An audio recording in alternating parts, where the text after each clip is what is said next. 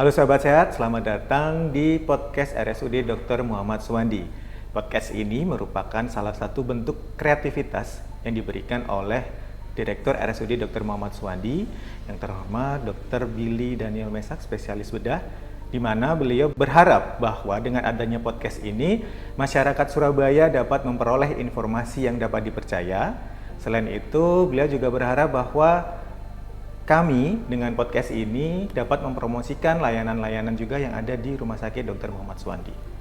Dan pada hari ini adalah momentum pertama kalinya podcast kami ditayangkan di channel Rumah Sakit Dr. Muhammad Suwandi dan juga sekaligus untuk memperingati Hari Gizi Nasional yang diperingati setiap tanggal 25 Januari. Dan tema pada tahun 2024 ini adalah MPASI, kaya protein hewani, cegah stunting untuk generasi emas. Berkaitan dengan hal tersebut, saya sedikit memberikan gambaran terkait data yang saya peroleh dari SSGI atau Survei Status Gizi Indonesia, bahwa tahun 2021 angka stunting di Surabaya tercatat sebanyak 28,9% atau sekitar 6.722 balita. Dan pada akhir tahun 2022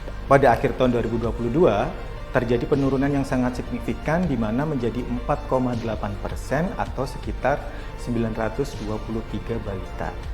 Dan berdasarkan data terakhir yang disampaikan oleh SSGI, angka stunting semakin menurun dan tersisa sekitar 651 balita. Mungkin banyak masyarakat yang belum mengetahui apa sih sebenarnya stunting itu atau apa sih penyebabnya stunting itu. Dan untuk membicarakan hal tersebut di atas, pada hari ini saya mendatangkan narasumber seorang nutrisionis dari RSUD Dr. Muhammad Suwandi. Beliau merupakan kepala instalasi gizi RSUD Dr. Muhammad Suwandi yang memiliki prestasi yang tidak sedikit. Salah satunya adalah juara 3 tenaga kesehatan teladan kategori ahli gizi rumah sakit tingkat provinsi Jawa Timur dan juga top 10 nutritionist of the year 2023. Beliau adalah nutrisionis Arif Kresna Setiadi. Selamat datang Mas Kresna. Selamat datang. Baik. Mas Anam. Gimana kabarnya hari ini Mas? Alhamdulillah sehat. Alhamdulillah sehat. Baik. Tadi saya sedikit memaparkan terkait dengan survei yang disampaikan oleh SSGI bahwa stunting ini kan merupakan salah satu isu prioritas lah secara nasional. Ya, betul. Dan dari data yang saya peroleh terjadi penurunan yang sangat signifikan dari tahun 2021 sampai dengan tahun 2023. Mungkin masyarakat juga ingin mengetahui dan bisa mendapatkan informasi yang lebih khususnya untuk orang tua yang memiliki balita supaya bisa mencegah atau misalnya sudah memiliki balita supaya tidak terkena stunting. Mungkin yang paling dasar dulu Mas, sebenarnya stunting itu apa sih Mas? Ya, jadi kalau kita ngomong stunting nih Mas, Oke. Kalau kita ngomong stunting itu kan pasti orang itu kepikirannya pendek, ya kan? Jadi di masyarakat itu kalau misalkan dengar stunting, maka kepikiran kita itu pendek. Padahal stunting itu lebih dari itu gitu loh. Jadi kalau misalkan kita ngomong stunting itu adalah gagal tumbuh Mas. Jadi biasanya memang kalau misalkan para balita ini datang kepada puskesmas atau mungkin kepada ahli gizi, itu biasanya kan diukur nih, diukur tinggi badannya. Nah, kemudian setelah diukur itu biasanya dibandingkan dengan umurnya. Nah, stunting ini biasanya memang balita-balita tersebut itu biasanya lebih pendek dibanding anak-anak seusianya. Oke, berarti kalau misalnya dari masyarakat umum mengiranya itu kalau stunting berarti orangnya pendek. Ya. Padahal kalau orang pendek itu belum tentu stunting. Oke, berarti salah satu ilmu yang dapat kita peroleh bahwa tidak semua bayi yang memiliki tinggi badan tidak normal mungkin ya, saya menyebutnya adalah mengalami stunting karena tinggi badan seorang balita tidak berekivalensi dengan terkena stunting. Ya, banyak sih Mas yang mengalami tinggi badan banyak.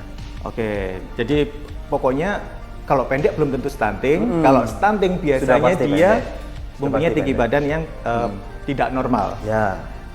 Dari stunting tersebut Mas, untuk bisa mencegah ini ya, biasanya stunting itu terjadinya seperti apa ya? Nah, kalau kita ngomong stunting ini kan posisinya memang kita nggak cuma ngomong level rumah tangga Mas. Iya. Jadi kalau kita ngomong stunting ini kita ngomongnya sudah level nation. Nation, oke. Karena memang stunting ini kalau misalkan kita biarkan maka akan terjadi ketidakoptimalan dalam perkembangan seseorang anak, terutama perkembangan otak. Nah, tentunya kalau misalkan ada perkembangan otak yang tidak optimal, maka ini akan berpengaruh kepada perkembangan kognitif anak tersebut. Berarti itu merupakan salah satu dampak. Ya, salah satu dampak. Salah satu dampak yang balita ya terutama Betul, usia, betul. salah satu dampak dari balita yang terkena stunting. Mungkin saya juga sedikit mundur sedikit. Stunting ini sebenarnya sebuah penyakit, sebuah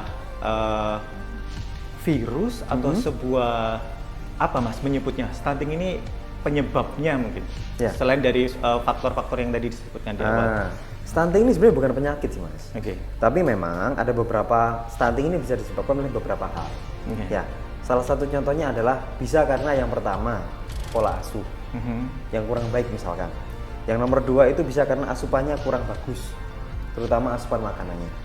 Kemudian yang nomor 3, anak ini sering sakit. Kalau misalkan anak kita sering sakit, bisa nih.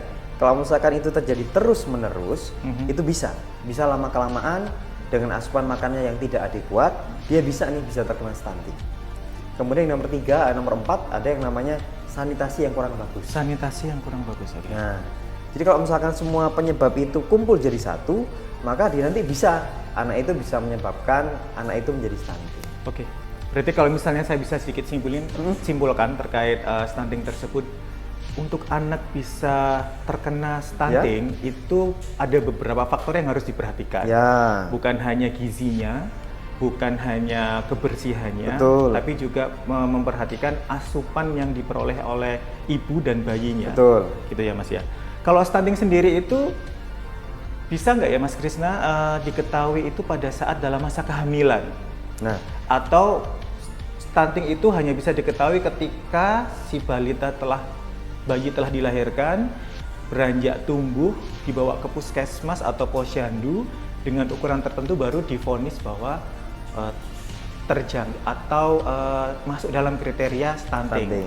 Nah, jadi memang pada tahun 2012-an itu pemerintah mengeluarkan program 1000 HPK, Mas. 1000 HPK. 1000 HPK adalah 1000 hari pertama kelahiran.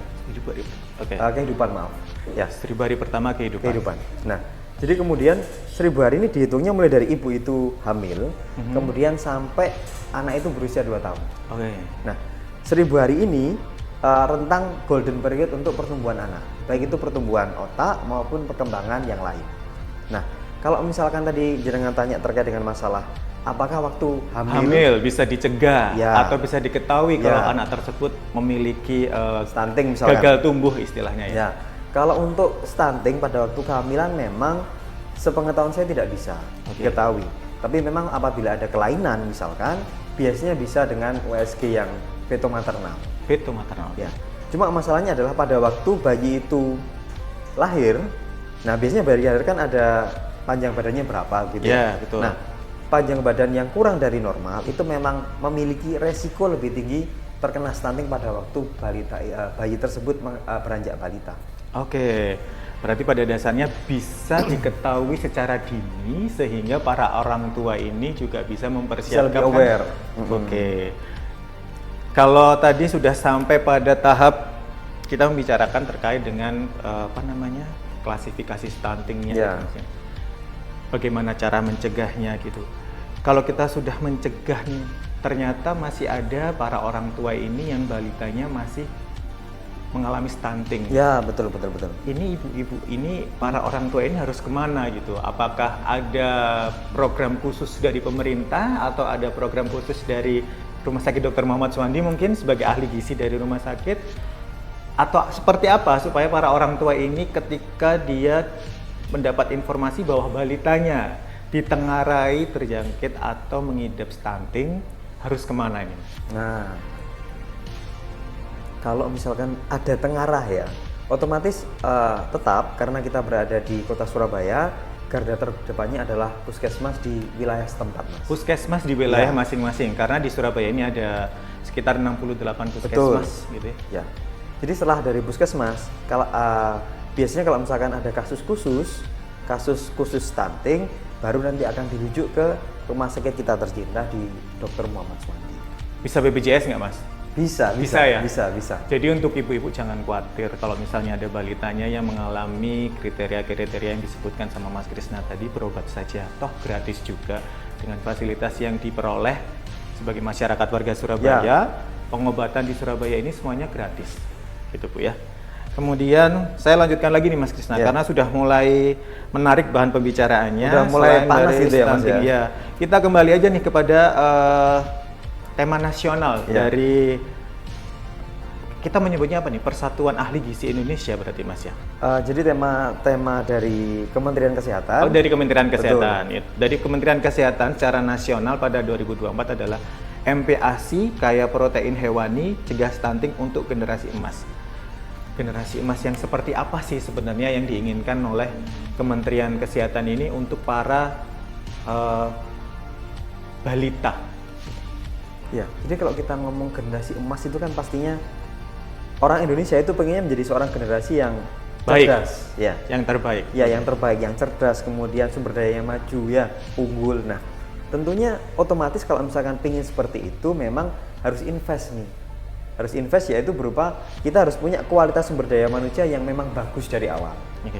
Ya kan? Karena memang kalau misalkan balita-balita yang memang terkena stunting, balita-balita yang sudah ditengarai memiliki kategori masuk dalam stunting, tapi tidak diperhatikan oleh orang tuanya, itu berakibat fatal berarti. Ya betul, karena yang pertama mungkin yaitu terkait dengan kemampuan kognisinya dia tentu akan berkurang. Oke. Kemudian nomor 2 terkait dengan kesehatan. Karena biasanya balita-balita yang stunting ini apabila beranjak dewasa, resiko untuk terkena obesitasnya atau gemuk ini lebih banyak Mas, lebih besar.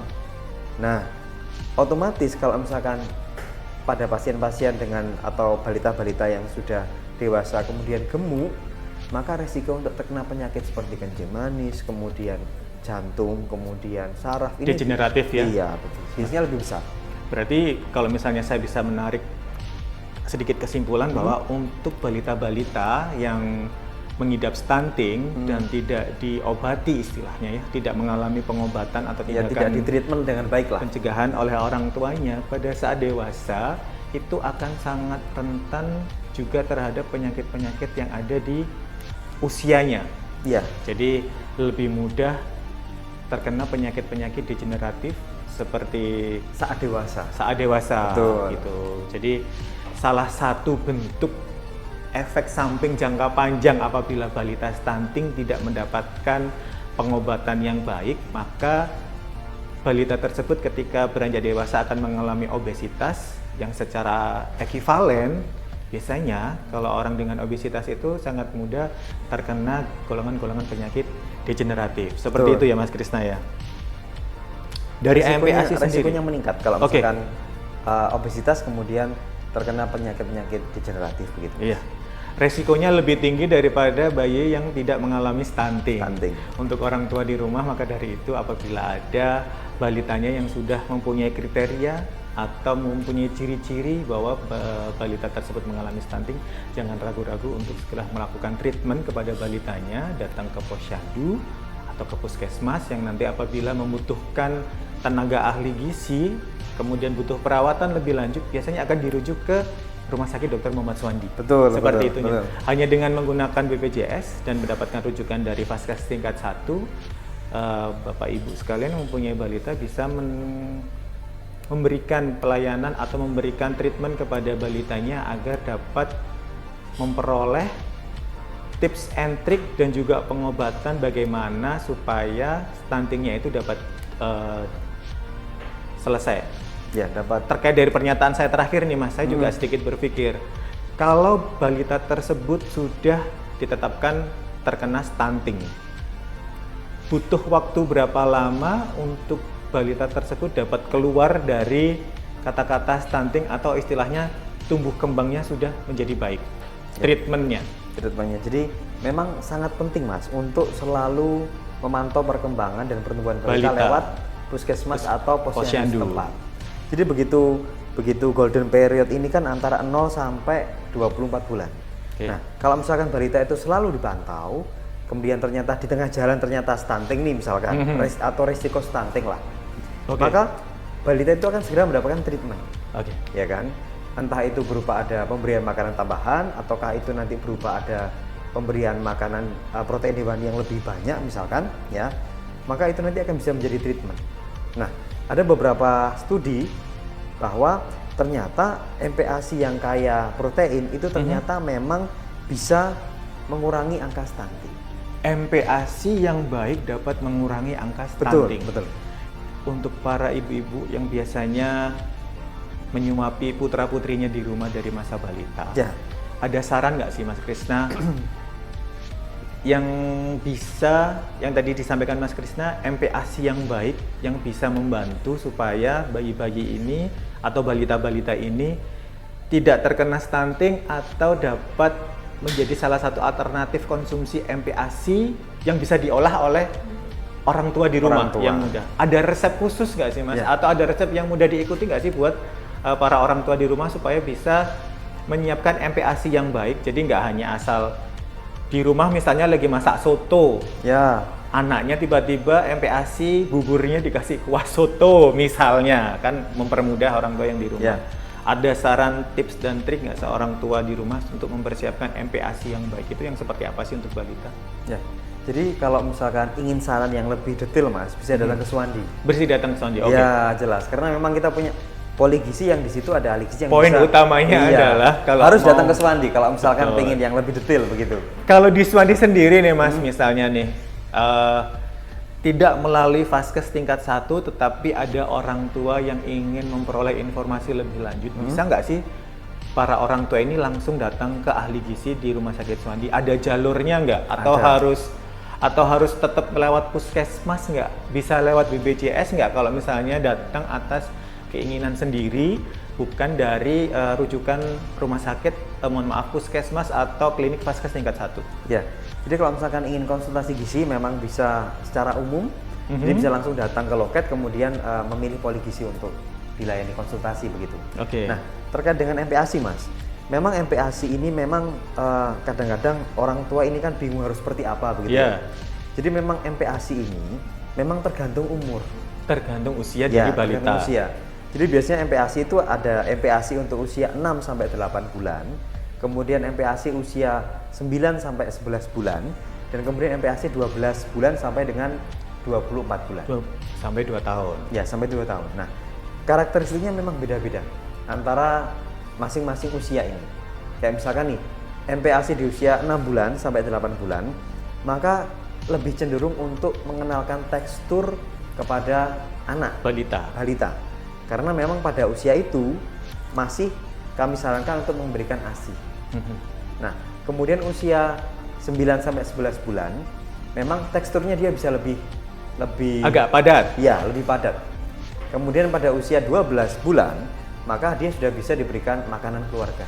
Makanan apa Mas? Makanan keluarga. Jadi yang Makanan sama keluarga, dengan berarti kalau sudah keluarganya. umur 1 tahun dia sudah bisa makan rawon, Bisa. soto gitu ya Bisa. Mas ya. Nah, ada beberapa studi yang bilang bahwa di Jogja ini pernah ada beberapa studi anak-anak yang stunting usia di bawah 2 tahun itu ditreatment dengan menggunakan telur Mas.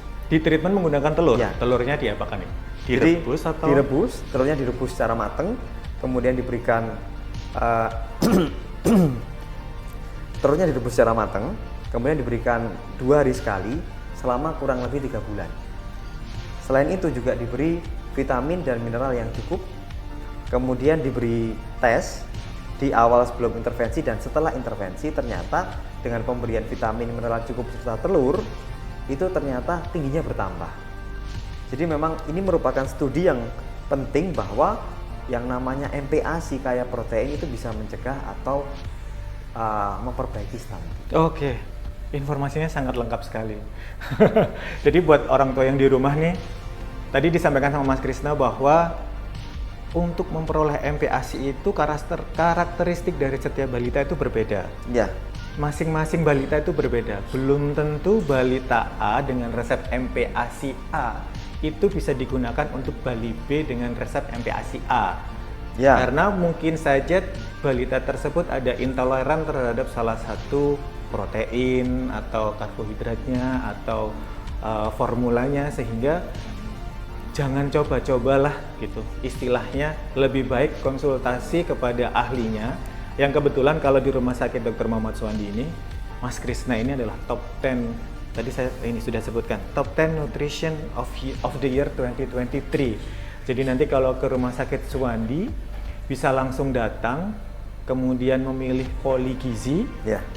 Nanti akan bertemu dengan ahli gizi yang ada di Rumah Sakit Suwandi, salah satunya dengan Mas Krisna, di mana para orang tua akan memperoleh banyak informasi terkait mungkin bukan hanya stunting, karena hari ini kita membahas titik beratnya adalah di stunting. Mungkin dari orang tua ada yang ingin mengatur diet kepada anaknya apabila anaknya obesitas atau susah makan atau ada alergi tertentu dan ingin mengetahui ahli gizi, ingin mengetahui asupan gizi yang ingin diperoleh oleh putra-putrinya, bisa datang ke Rumah Sakit Suwandi. Mungkin nanti di sini saya akan ada kontak person untuk informasi terkait pendaftaran atau alur pendaftaran dan juga retribusi mungkin ya, karena nanti kalau untuk pasien umum itu biasanya ada biayanya ya Mas ya? Iya, ada biaya untuk. Dan dijamin nggak mahal. Kalau di rumah sakit pemerintah itu retribusinya tidak mahal, dan untuk retribusinya berapa nanti